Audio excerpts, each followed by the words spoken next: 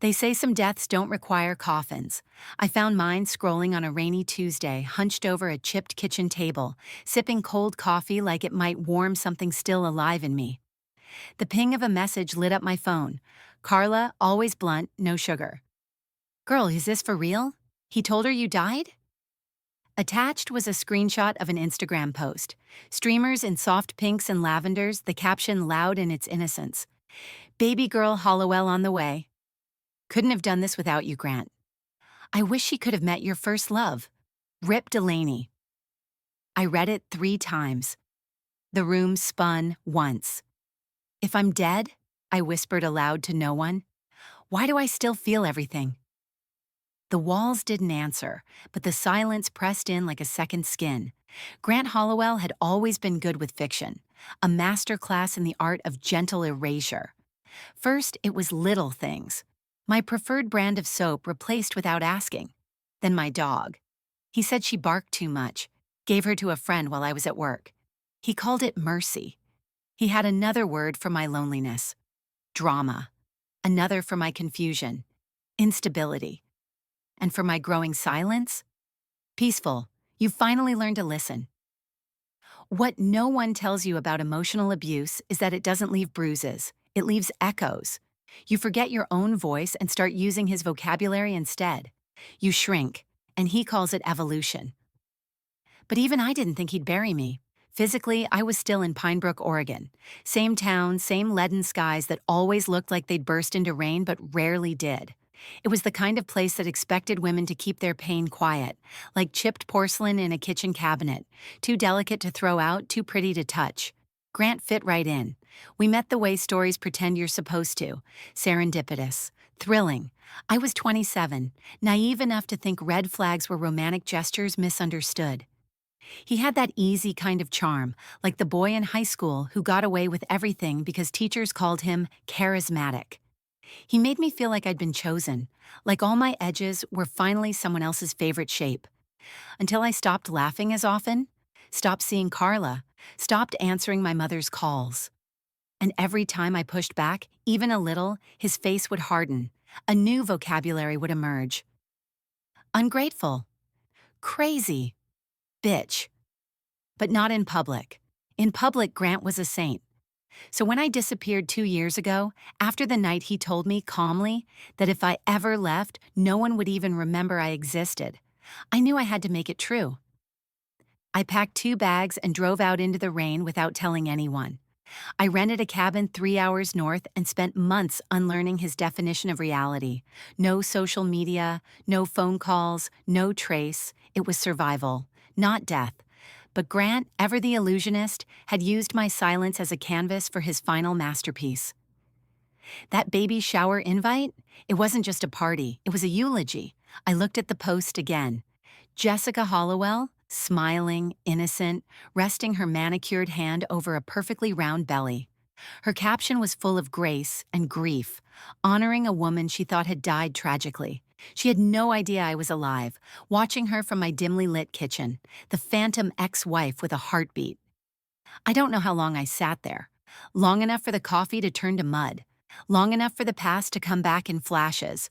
Grant ripping pages out of my journal. Him replacing my antidepressants with natural alternatives. The way he'd joke in public about how emotional I was. A hand on my shoulder as if that touch erased the insult. The sound of my own laugh once. Gone now. I reached for the photo tucked into the drawer, a relic I hadn't looked at in months. Me and Grant, arms tangled, smiles wide. It was taken 2 weeks before I left. I studied the curve of my smile, how tired my eyes already were. I hadn't seen it back then. Now it felt like a crime scene. Outside, the sky deepened into ash. The gray here isn't just weather, it's mood. It wraps around you, fills your lungs, dulls the edges of your choices. But in that moment, clarity sliced through. I wasn't going to let him bury me in his story. If he needed a ghost to keep his lies intact, I'd give him something else. A reckoning. My fingers moved before my doubts could stop them. I opened the drawer where I kept the remnants of my old life. Passport, hospital records, proof of existence. I began printing everything. Name, date of birth, marriage license, Therapy notes, legal documents, receipts. Every scar he'd tried to rewrite into a love story, I documented it all. Because sometimes survival isn't enough. Sometimes you have to rise from the grave they dug for you and walk right into the party they planned without you. It began with a coffee. We met at a bookstore downtown, the kind with overpriced muffins and shelves that smelled like old wood and forgotten dreams. He noticed me reaching for the same obscure poetry collection. Our fingers brushed. A line he quoted from the book still lingers in my mind. Love, like flame, devours the air it needs. Back then, I thought it was romantic. Now I hear the warning in it. Grant Hollowell was sunlit charm, linen shirts, soft laugh, a voice that made every word sound curated just for me. He remembered details, asked about my writing, brought up my favorite movies like he'd studied my soul. He didn't rush. He reeled, line by line, hook by hook. I mistook the attention for intimacy. When I introduced him to Carla, she said, "There's something about him I don't trust. He feels rehearsed." Carla had never been the sugarcoating type, a wildfire of a woman, freckles, biker boots, sarcasm sharp enough to draw blood. She was the sister I didn't get by blood, only by bond, but I laughed her off. "You just haven't seen his real side," I said. She sipped her beer and muttered, "Yeah, that's what I'm worried about." At first, it was easy to dismiss her concerns. Grant made me feel seen in a way no one had before. He'd call just to say he missed my voice. He surprised me with flowers, never store-bought, always wild ones, like I was someone worth the effort of picking. He'd say things like, "You're not like other women. You actually feel things deeply." And God help me, I believe that was a compliment. We moved in together after 8 months. That's when things began to shift. Subtle, almost elegant in their deceit. Carla would text me for a Friday night hangout and I'd hesitate. Grant would say, "You sure you want to go out again?" I thought we were trying to save money. I'd say, "It's just one night." He'd kiss my forehead. "I just thought we were building something bigger than that." Guilt disguised as intimacy. Control masked as care. One by one, the calls home to my mom grew shorter. Visits with friends postponed, then canceled. I told myself I was growing up, focusing. That's what good relationships require, sacrifice. But sacrifice started to look like silence. The night it became undeniable, we were at a dinner with his colleagues. I'd mentioned a nonprofit writing retreat I was applying for, one I'd dreamed about for years. Grant smiled tightly. "Delaney gets excited, but sometimes she doesn't follow through. Right, babe?" Laughter around the table. I laughed too, because that's what you do when someone humiliates you with a smile. But inside, something snapped. When we got home, I asked him why he said that. He didn't even pause. "I was protecting you. You don't want to be the girl who talks big and delivers small." I started to apologize. That was the moment I realized. I was apologizing for wanting something. He began managing our finances soon after. Said he was better at numbers, more structured. "You're the dreamer, I'm the builder." I let him.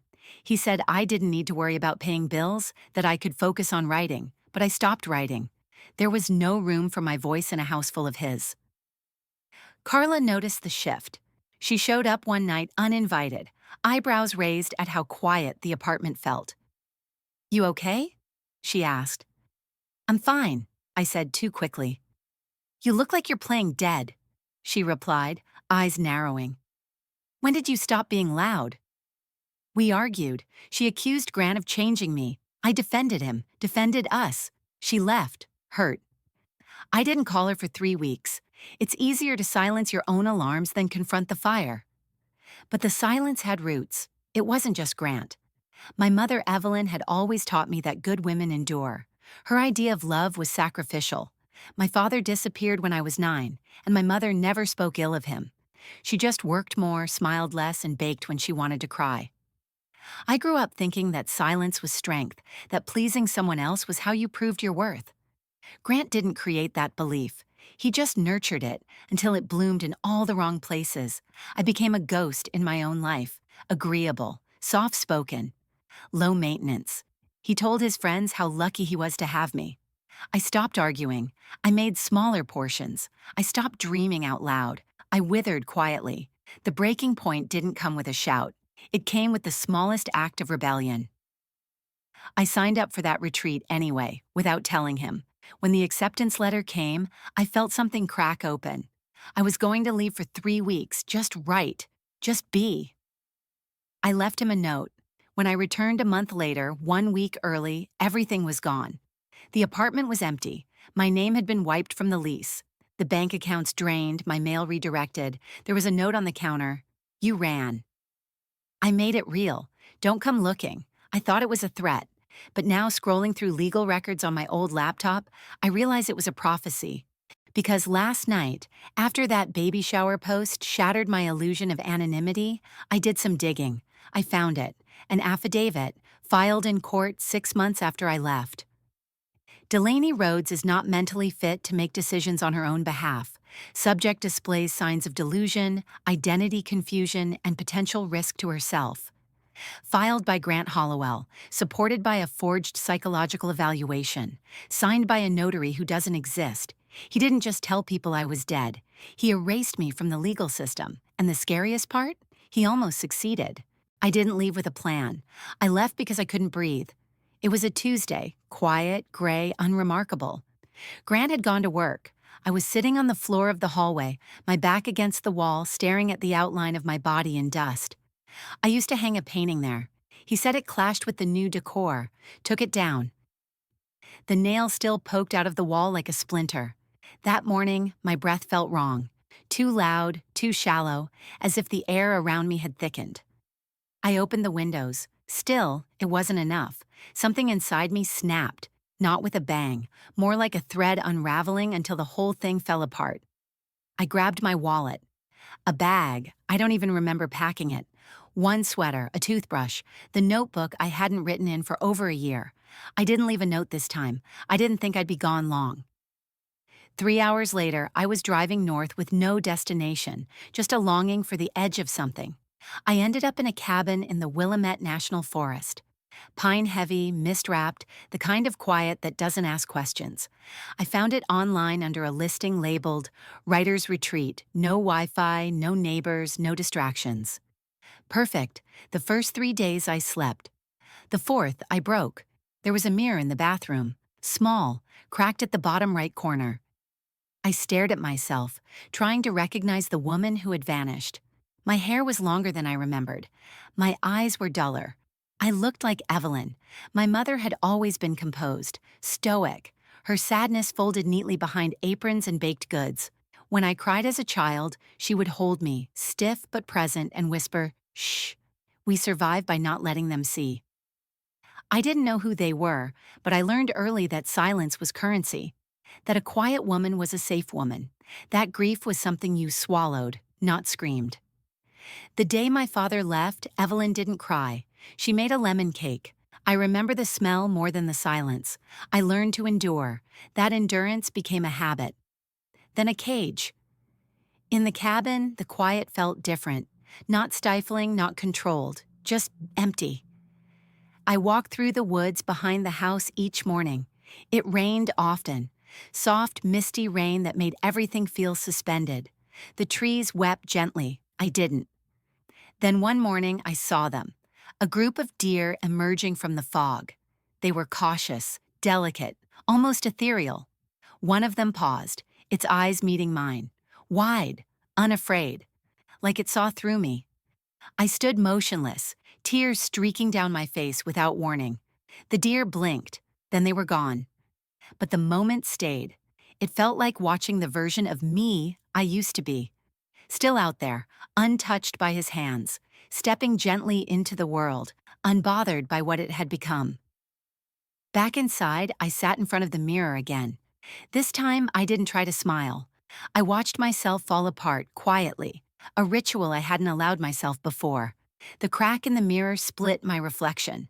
One side looked resigned, the other side, wild-eyed.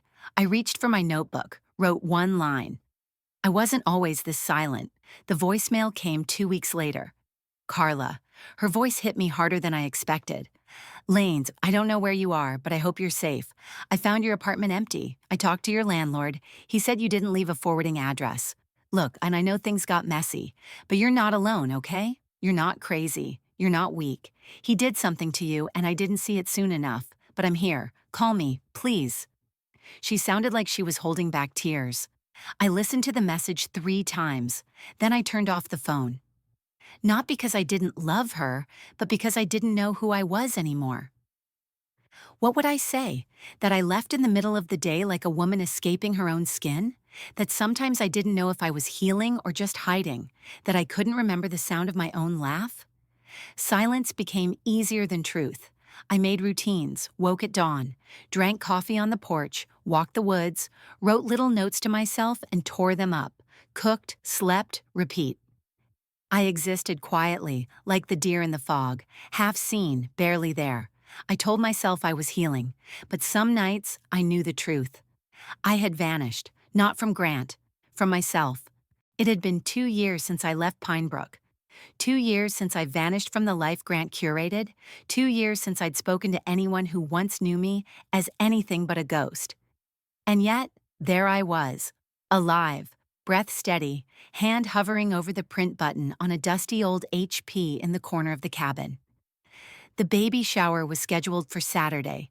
Jessica Hollowell, glowing, unsuspecting, throwing a party to welcome a child into a world crafted by a man who specialized in illusions. He buried me in stories. I would resurrect myself in facts.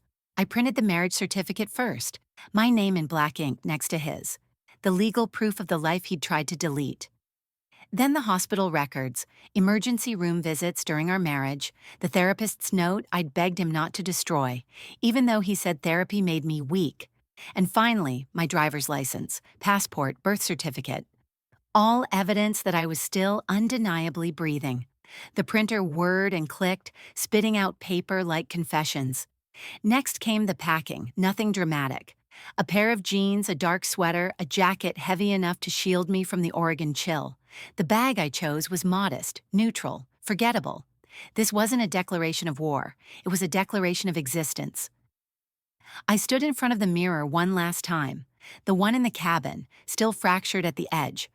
My reflection didn't shake this time. My eyes, though tired, held something steadier. Not peace, but purpose. I zipped the bag, then I sat, stared out the window into the trees, thinking about what it means to die without dying.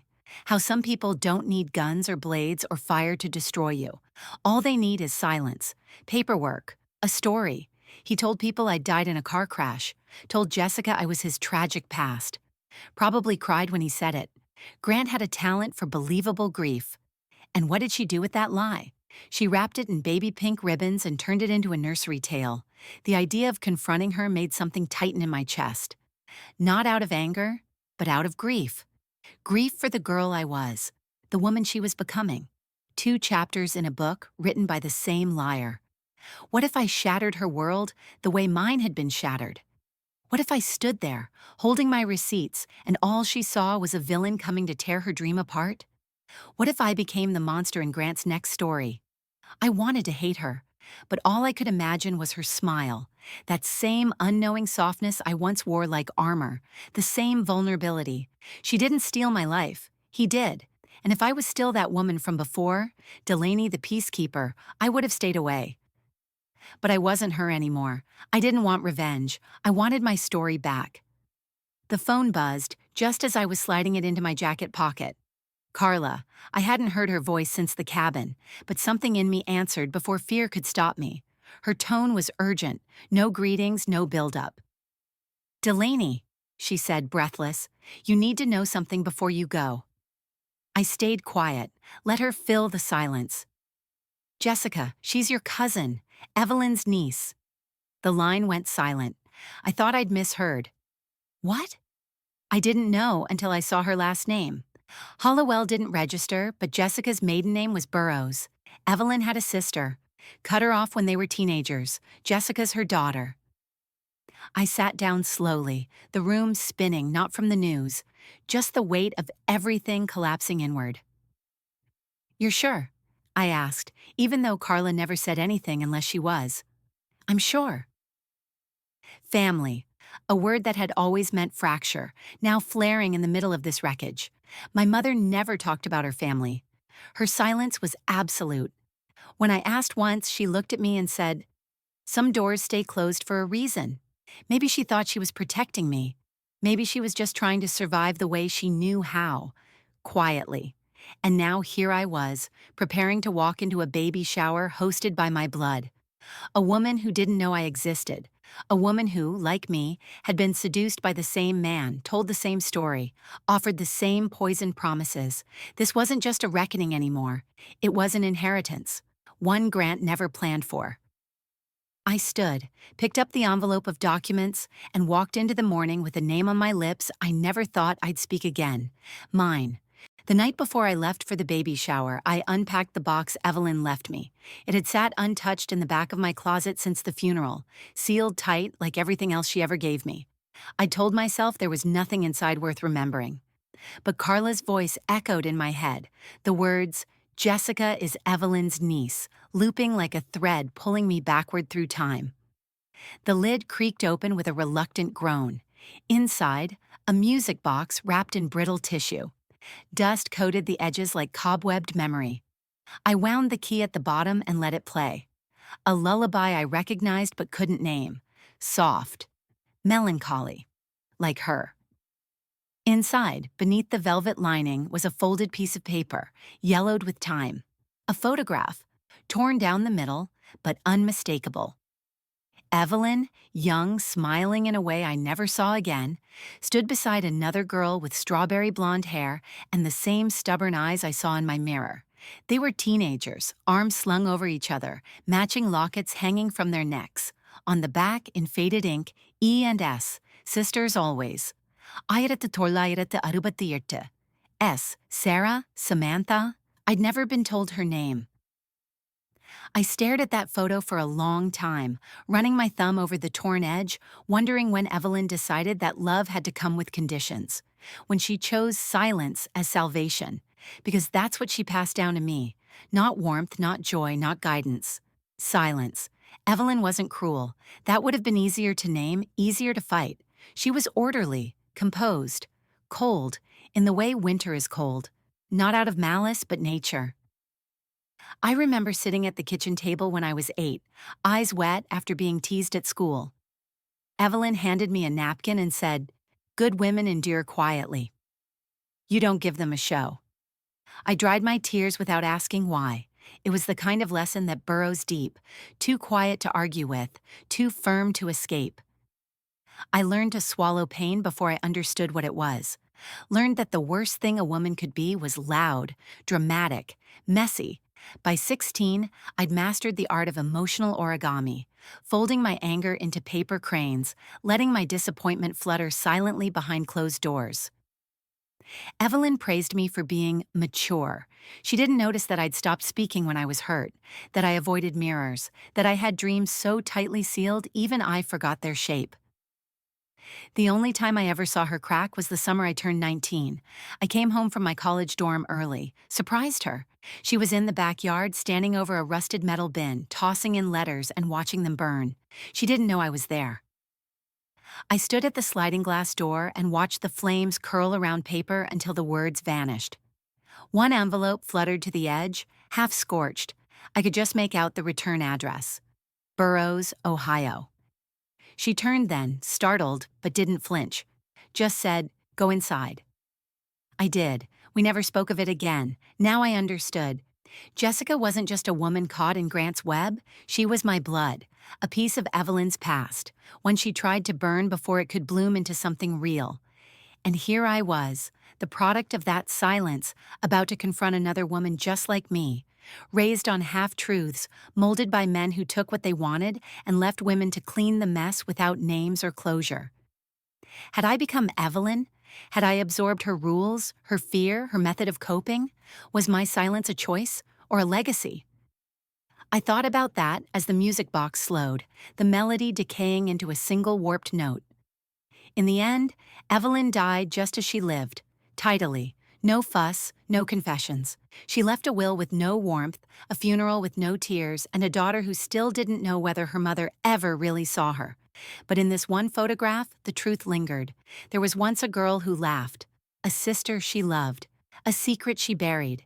Maybe Evelyn wasn't trying to be cruel. Maybe she thought sealing that chapter protected me. But repression is a poison. It seeps down through generations, infecting everything it touches, until love becomes a language no one remembers how to speak. I folded the photograph carefully and slipped it into my bag beside the documents. Because if I was walking into my past tomorrow, I wanted all the pieces with me. Not just the ones Grant tried to destroy, the ones Evelyn tried to forget. The decorations were pastel perfection: pink streamers strung in loose arches, a banner reading "Welcome Baby Hollowell" in glittery cursive, helium balloons bumping lazily against the ceiling like they had nowhere else to be. Laughter poured from the house in waves, the kind that came from women in matching floral dresses and cardigans, too sweet punch in clear cups, polite applause after every unwrapped diaper cake and onesie. It smelled like frosting and false peace. I parked half a block down the street, hands gripping the steering wheel until the leather groaned. My fingers tingled with memory, muscle map tension from the days when Grant would tighten his jaw if I spoke too much, smiled too wide, existed too loudly. But I wasn't here for him. I was here for me.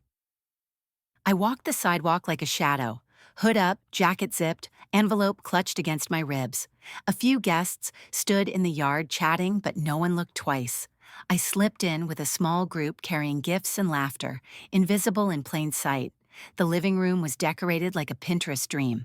A table of cupcakes in the shape of baby bottles. A wall of Polaroids with Jessica's smiling face pinned to each string like proof of joy. And there she was, Jessica Hollowell. She looked just like the photo Carla sent, only softer in person. Radiant, really. Her baby bump curved beneath a pale pink maxi dress.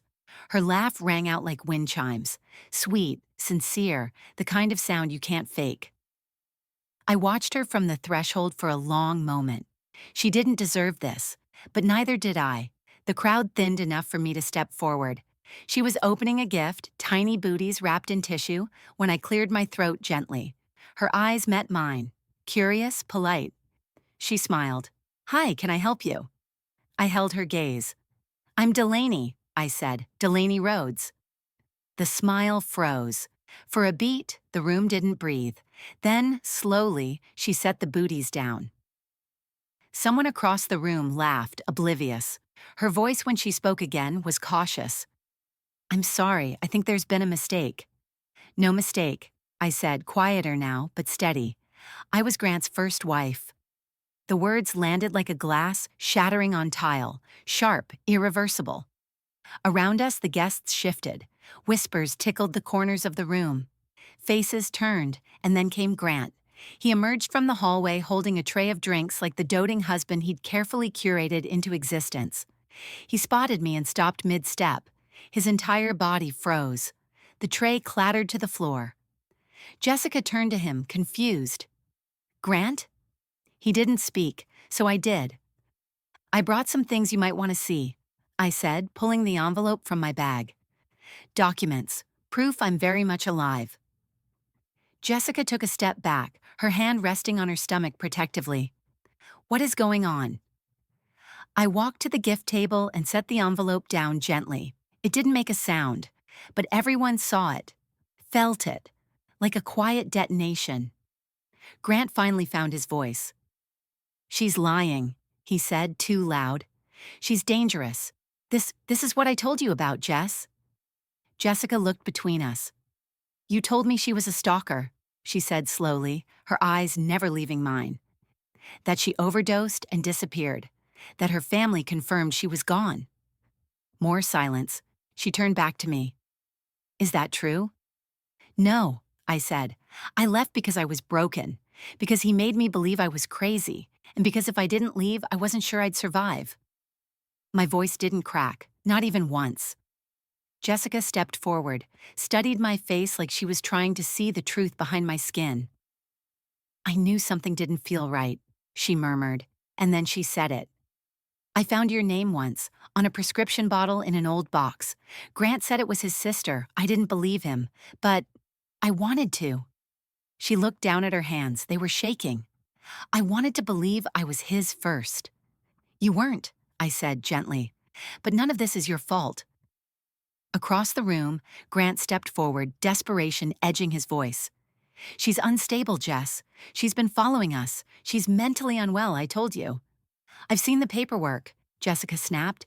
You filed a mental health affidavit to declare her incompetent, but the notary doesn't exist. You forged it, didn't you? Silence again. Dense, heavy.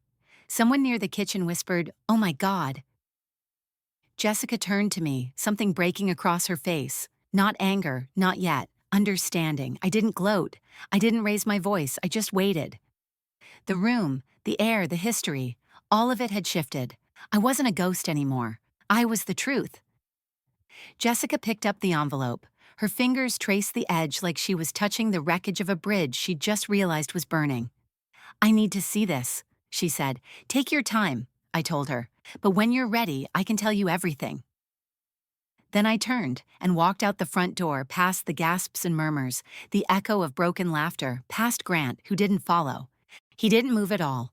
Just stood there in the middle of his perfectly decorated lie, watching the past come back wearing a name he couldn't erase. Mine. The baby shower ended like a storm that had no lightning, quiet but devastating. Jessica called me the next morning. Her voice trembled beneath a veneer of calm. "Can we talk? Just us." We met at a local diner on the edge of town, the kind with cracked leather booths and coffee that tasted like burnt apologies. She wore no makeup, no wedding ring. Just a cardigan too big for her shoulders and eyes that looked like they hadn't rested since I walked into her living room. I sat across from her, uncertain of how to begin. She spoke first. "Everything in that envelope was real." It wasn't a question. I nodded. "All of it." She looked down at her hands, fingers tracing the rim of her mug like she was trying to remember the shape of stability.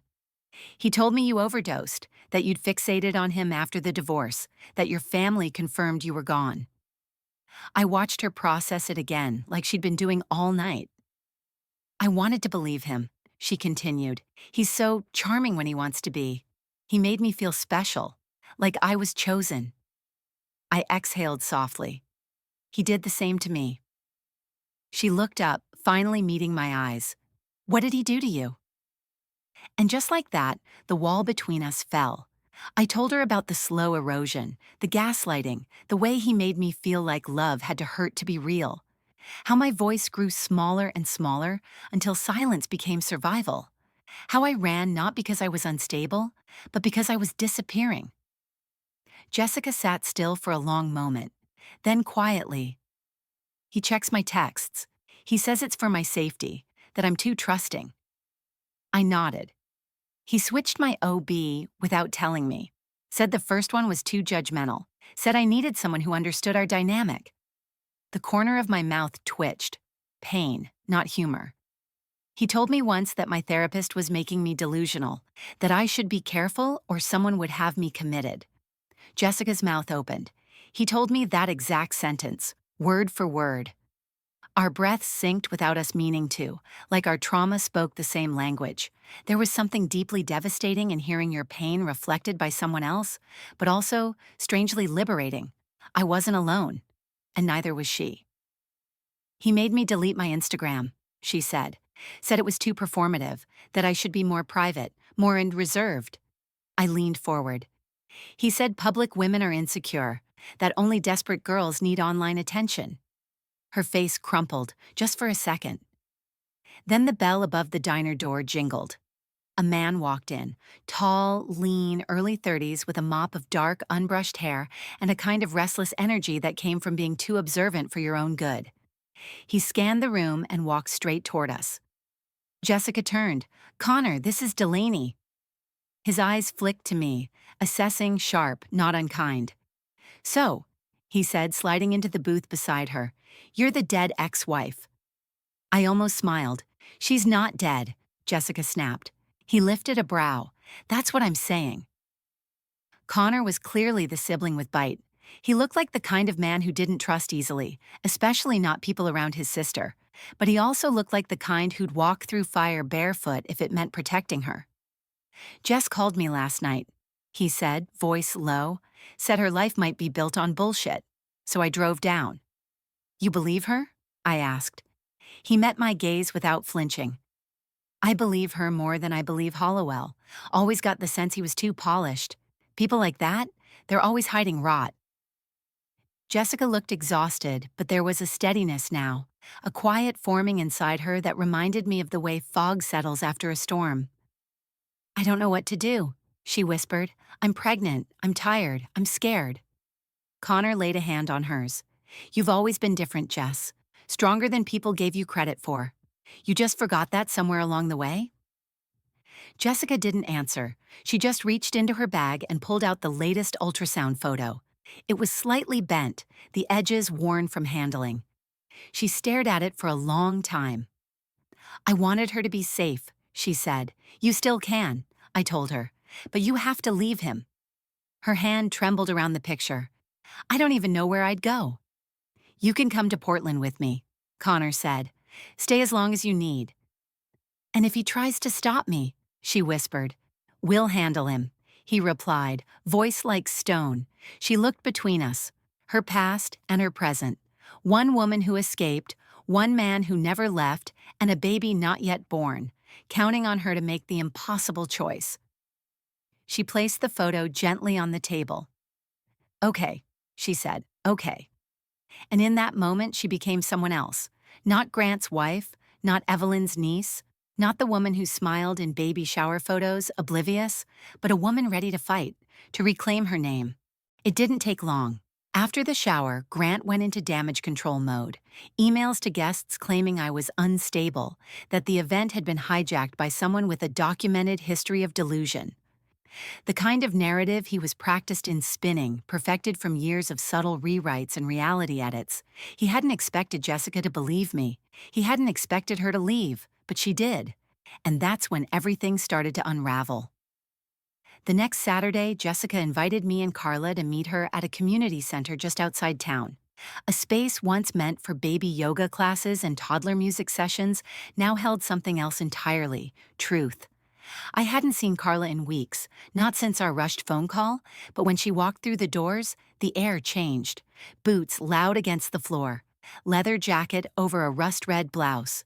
Her energy, as always, fire-forged and fearless. You ready to ruin this bastard's life? She said, her smile sharp. Jessica was already inside, pale but focused. Connor hovered near the door like a security detail no one dared question. Grant showed up 15 minutes late. He entered like he owned the room. Crisp navy shirt, pressed jeans, groomed beard. His confidence walked in before he did, but his eyes scanned for chaos. And when he saw me, then Jessica standing shoulder to shoulder, he faltered. Jessica, he began, smooth and rehearsed. What is this? Some kind of intervention? It's the truth, she said. He smirked, then turned to me. This again, Delaney? Haven't you embarrassed yourself enough? That's when Carla stepped forward, unfolding a set of documents from her bag like a magician revealing the trick. She laid them on the table in full view: legal forms, affidavits, email printouts, dates, signatures. This, she said coolly, is the documentation you forged. The one you used to declare Delaney unfit. This signature here? Notarized by a woman who died in 2011, Grant's face didn't change. But his silence grew teeth. Carla continued. And here, hospital records, text messages, even an old voicemail where you admit to fabricating claims. You were so arrogant you didn't even wipe your phone clean. You stole my phone, he said to Jessica, voice rising. No, she replied. You left it unlocked, and I stopped being afraid of you. The tension in the room thickened like smoke. A few people, neighbors, acquaintances Jessica had invited to witness the confrontation, shifted awkwardly near the walls. Some of them had attended the shower. Others had heard whispers over the years. None spoke now. I stepped forward, calm. This isn't about revenge, I said. This is about truth. You erased me to rewrite yourself as a victim. You told her I was dead. You forged legal documents to disappear me, and you've been doing it for years to more than just me. Grant turned to the crowd, trying to reclaim footing. She's unwell. She's obsessed with me. I told you all before. Then explain this, Jessica interrupted, pulling her phone from her pocket. She opened an email, her fingers trembling slightly as she passed it to me. I read it once, then again. The sender, Evelyn Rhodes, my mother. Dated just over 2 years ago. Subject, be careful with him. Body, you don't know me, but I know who you're with. Grant is dangerous. He hurt my daughter. Silently, efficiently. I wasn't there when she needed me. Don't let history repeat itself. She's lost, but not gone. Watch for her. She may find her way back. The breath left my body.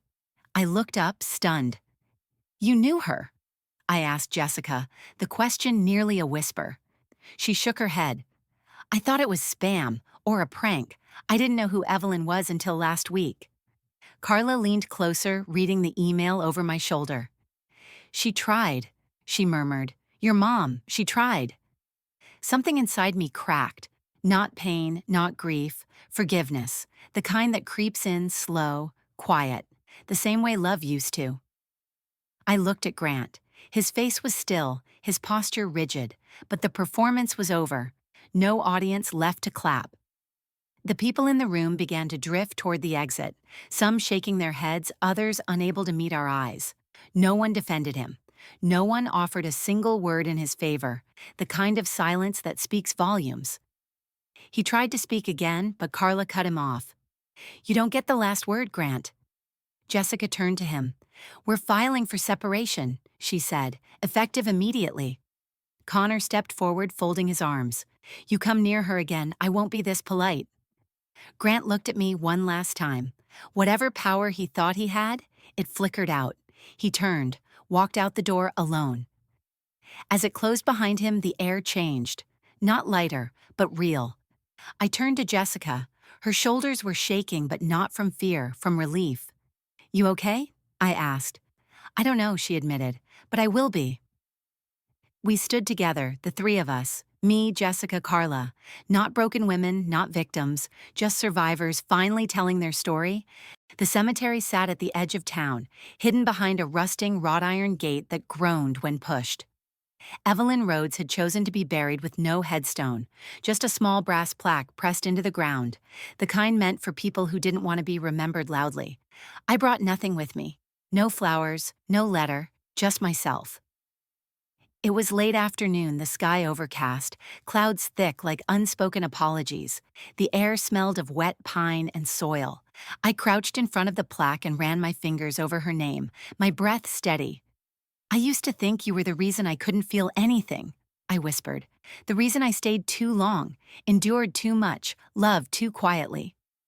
The wind picked up, brushing the loose hair from my face. I paused, my voice shaking in my throat. But maybe you were trying, in your way. I closed my eyes and remembered the email Jessica had shown me, the woman who never once told me she believed me, who never hugged me when I cried, had written to a stranger in the hope of protecting her. Maybe Evelyn had known she wouldn't live to say what needed to be said. Maybe that was her way of finishing a sentence she'd spent a lifetime starting and stopping. You were scared, I said. You thought silence kept you safe. You didn't know that it kills us in different ways? The wind didn't answer, but for the first time, it didn't sting. When I left, it wasn't with closure. It was with clarity. Jessica called me that night. She didn't sound like the woman who'd trembled through a confrontation with her husband days earlier. She sounded clear, final. I want to leave for good, she said. I'm not going back to the house, not even to get the rest of my things. Carla offered her guest room, but there's something else. What is it? I asked. She hesitated. Then, would you help me? With the baby? The question stunned me, not because I didn't want to, but because no one had ever asked me to stay, not without condition, not without asking me to become smaller first. You don't owe me anything, I said gently. I know, that's why I'm asking, because I trust you. So I said yes. We moved her into Carla's house 3 days later. Carla didn't just open the door. She cleared drawers, rearranged furniture, stocked the fridge with prenatal snacks like she'd been preparing for this all her life. Jessica sat cross-legged on the bed that first night, folding onesies with deliberate care. I helped unpack baby bottles and clothes, but mostly I just watched her. She wasn't afraid anymore. She was preparing. I used to think love meant permanence, she said. Now I think it just means showing up and not leaving when it gets hard. She looked at me then, eyes filled with quiet hope. That's what I want for her. We didn't talk about Grant, not directly, there wasn't much left to say. Connor stopped by that night, said he was dropping off a spare key for Jessica, but he stayed. He stayed for dinner, then for cleanup, then again the next night. It started with little things, him changing a light bulb, fixing a leaky faucet, a quiet presence who never asked for anything. He didn't try to insert himself, he just showed up, with warm silences and the kind of steady energy that doesn't call attention to itself. One night, after Jessica went to bed and Carla left to work a late shift, he sat across from me at the kitchen table. "You look lighter," he said. "I feel present." "That's new? It's rare." He nodded, leaning back. "You think she'll be okay?" "She already is." He smiled then. Small. Real. "And you?" I didn't answer right away. That night, I found my old journal in the bottom of my duffel bag, the same one I'd carried to the cabin. Most of the pages were blank. The last entry was dated the day I left Grant. I opened a new page, and I wrote, not about pain, not about survival, but about today, about Evelyn's grave, Jessica's strength, Connor's smile, the way Carla yelled at a YouTube tutorial while trying to assemble a crib. I wrote about laughter, the kind I thought I'd buried too. In the days that followed, I wrote every morning before sunrise. I didn't know where the words were going, but I let them lead. Slowly my voice returned. Unsteady at first, but mine. Maybe blood doesn't bind us. Maybe love doesn't always come in the shape of who we were told to be. But it can still show up, in the guest rooms, in the broken women learning to become whole again, in found family and late-night casseroles and quiet forgivenesses tucked between grocery lists. I wasn't a ghost anymore. I wasn't what he made me. I was something else entirely. And for the first time, I didn't need to name it to know it was real. Healing, it turned out, wasn't loud. It crept in quietly like dawn slipping beneath the curtains before you realize it's morning. It wasn't dramatic. No epiphanies, no perfect cinematic closure. Just small, consistent choices. The first was therapy.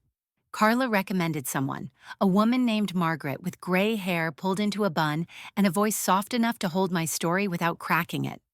Her office smelled like cinnamon tea and sandalwood, her walls lined with mismatched books and old photographs. The first session, I barely spoke. The second, I didn't stop.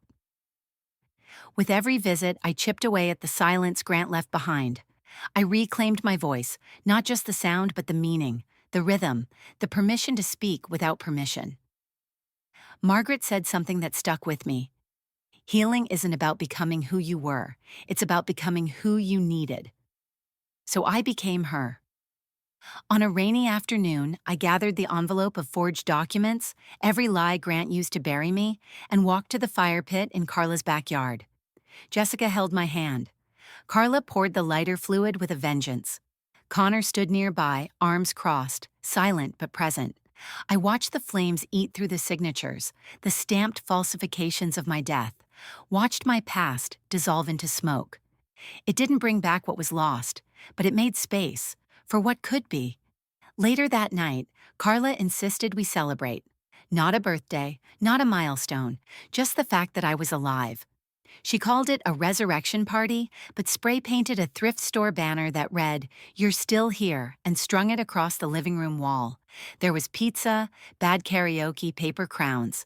Jessica wore hers sideways. Connor grilled hot dogs and refused to sing. I danced barefoot on the rug, while Carla screamed lyrics with joyful chaos. For the first time in years, I laughed until I cried. Not from grief, from release. Near midnight, I sat on the back steps alone, letting the cool air settle into my skin. The laughter inside echoed faintly. My body ached, but in a way that felt earned. Connor stepped out, 2 mugs in hand. He passed one to me. Spiked cider, too much cinnamon. "You good?" he asked. I nodded. "Better than I've been in a long time." He didn't reply at first, just looked out into the dark yard where the fire pit still glowed dimly. "I need to tell you something," he said finally, "about when you disappeared." I turned toward him, heart still. I found you, he said, 2 years ago, in the woods just outside the cabin. My breath caught. I was hiking, I recognized you. You were sitting under a tree, you looked hollow. I didn't know what to do. I didn't want to scare you off. So I left, but I checked on you the next day, and the next, from a distance. I couldn't speak. I figured you left for a reason, he said. I figured you'd come back when you were ready. You never told anyone? He shook his head. Didn't feel like mine to tell. Something inside me shifted. Not pain, not betrayal, something warmer. Thank you, I whispered. For what? For giving me the silence I needed when the whole world wanted noise. He nodded and we sat together in the quiet, two people who understood that healing isn't always linear, that sometimes the most powerful rescue is no rescue at all. The next morning, I opened my email to find a message from a local nonprofit. Subject: Application Review, Survivor Advocate Position. I'd forgotten I applied. My interview was scheduled for the following week. They wanted someone with lived experience to help lead a support group for women recovering from emotional abuse. I stared at the screen for a long moment, heart swelling, not because it was a job, because it was a beginning. I walked into the living room where Carla was cleaning up confetti and Jessica was half asleep on the couch with her hand resting over her belly. I got a job offer, I said. Carla dropped a paper plate. Jessica smiled without opening her eyes. Told you, you're good at building people. Connor gave me a thumbs up from the hallway. It didn't fix everything. The past was still a bruise, the future still uncertain. But I had space now. Space to write again, space to breathe, space to exist, and maybe, finally, space to become. The hospital smelled like disinfectant and fear. The kind of fear that pulses under fluorescent lights and the beeping of machines sharp and steady. But there was something else in the air too, something softer. Expectation. Jessica gripped my hand so tightly I thought my bones might crack. She'd gone into labor just after midnight. Carla had driven us both to the hospital, while Jessica breathed through contractions in the back seat. Her voice low, her jaw clenched in quiet defiance. By dawn, we were in a private delivery room. Soft light filtered through the blinds, illuminating everything with a pale, golden haze. The world felt like it was holding its breath. She didn't want Grant notified. She made that decision months ago. Instead, she wanted me there.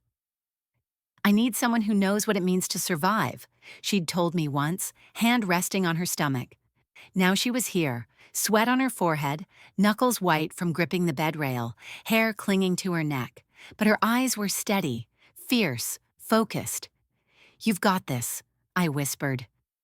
She nodded, said nothing, just kept breathing. Labor is a strange thing to witness, violent and beautiful, unbearable and awe-inspiring. It's not neat, it's not elegant, but it's honest. There's no hiding from the truth of your body in moments like that. It demands presence. She screamed once, loud and raw, and then the room went quiet again. The doctor gave a gentle instruction. Jessica bore down, strength rippling through her like a storm ready to break. And then a cry, sharp, small, alive, a baby girl. She was placed gently in Jessica's arms, her skin slick, her cries echoing against the sterile walls like music no one had heard before. Jessica cradled her close, tears slipping silently down her cheeks. The nurse asked, "Have you decided on a name?" Jessica looked at me, then down at her daughter, then back. "Hope Delaney," she said. The words landed like light, not heavy, but full. I stepped closer, the weight of the moment wrapping around me like a second skin. I looked at the tiny face, eyes shut, fists balled, her entire body no bigger than possibility. She didn't know what she'd been born into, didn't know the stories behind the name stitched onto her birth certificate. But maybe that was the point. She would grow into a life unburdened by the lies that shaped ours. We didn't come from strength. We built it. In the hours that followed, the hospital room became its own small world. Jessica dozed lightly, her hand never leaving the baby's back. Carla arrived with coffee and a stuffed bear that looked like it had been panic purchased from the gift shop. Connor came last. He walked in with a single sunflower and a look on his face like he'd just seen the universe begin. "Hope, huh?" he whispered, crouching beside the bassinet. "Hope," I said, "because that's what she is." Later, as the sun crept higher and the bustle of nurses grew louder, I stepped outside the room, needed a breath, needed to collect myself. In the hallway, I leaned against the cool wall and closed my eyes, and I thought about all the ways we inherit things, not just genes or features, but silences, fears, wounds, and how sometimes we're given the choice to stop the cycle. Not easily, not cleanly, but deliberately. Hope Delaney would grow up with stories of resilience, not erasure. She would know that survival isn't shameful, that strength can be quiet, that family is not about blood, but about truth, loyalty, and choice. That day in that hallway, I whispered the words I'd waited years to believe. I wasn't dead. I was buried, now I'm blooming. And this time, I didn't whisper it to survive. I said it to live. Dear future me, if you're reading this, it means you've made it further than you once believed you would. You've outlived versions of yourself you were told to kill off. You've buried shame and silence and everything they said you had to be in order to survive. Now look at you, alive. The house is small, just a few steps from the shore.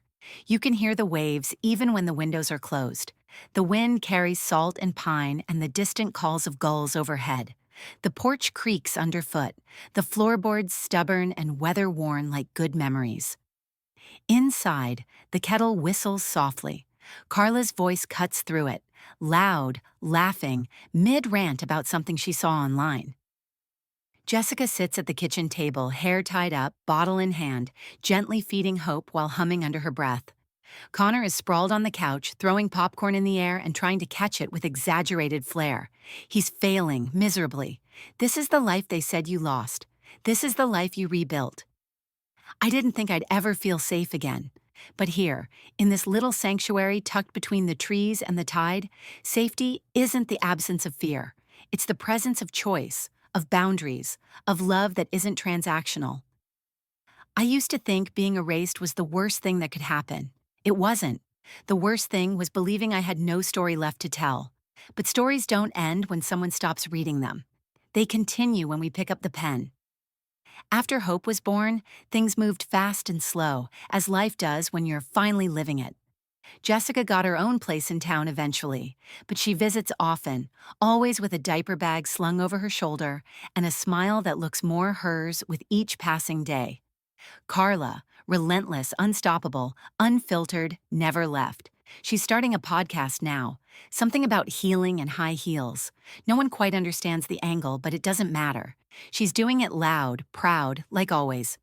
Connor, he stays close, closer than I expected, quiet in his loyalty, steady in ways I didn't think people could be anymore. He brings me books without asking, sometimes just leaves them by the door with a note. Page 237, you'll know why. He's right, every time. We're not perfect, but we are whole in ways we weren't before. Last week, I lit a fire in the fireplace and pulled out one last manila envelope. Inside it, every document, every piece of paper Grant used to silence me. I didn't burn it this time. I sealed it, wrote an address on the front in thick black ink. Safe Haven Women's Advocacy Group, Portland, Oregon. They help women like me, like us. Women who aren't believed. Women who are called crazy instead of courageous. Women who were written out of their own lives. I walked to the post office alone. No drama, no tears, just intent. When I dropped it in the outgoing bin, I felt something in me settle. Not closure, continuance. Because maybe we don't ever fully escape the places we've been, but we do learn how to build better ones in their place. The ocean outside is calm tonight. The moon pulls at it the way memory pulls at us. Not to break, but to shape. I sit by the window now, writing this letter, knowing it won't be the last one. Because life goes on. Because trauma doesn't end with an apology, or even a confrontation. It ends piece by piece with love. With breath, with fire. Tomorrow, I'll lead my first survivor support group, not as a victim, but as someone who refused to stay buried. You'll meet women who look like you once did, eyes dimmed by doubt, shoulders slouched with stories they haven't yet told. You'll listen. You'll remind them that silence is not safety, that peace does not require disappearance, that they are not ghosts, they are the flame. And if they forget, you'll remind them what I had to remind myself. He wrote my obituary with lies. I rewrote my life with truth. If you've ever been rewritten, silenced, or told your truth was too much, this space is for you. We don't just tell stories here. We unearth them. Stick around, not for the drama, but for the reckoning. Because the next ghost we bring back might just be yours.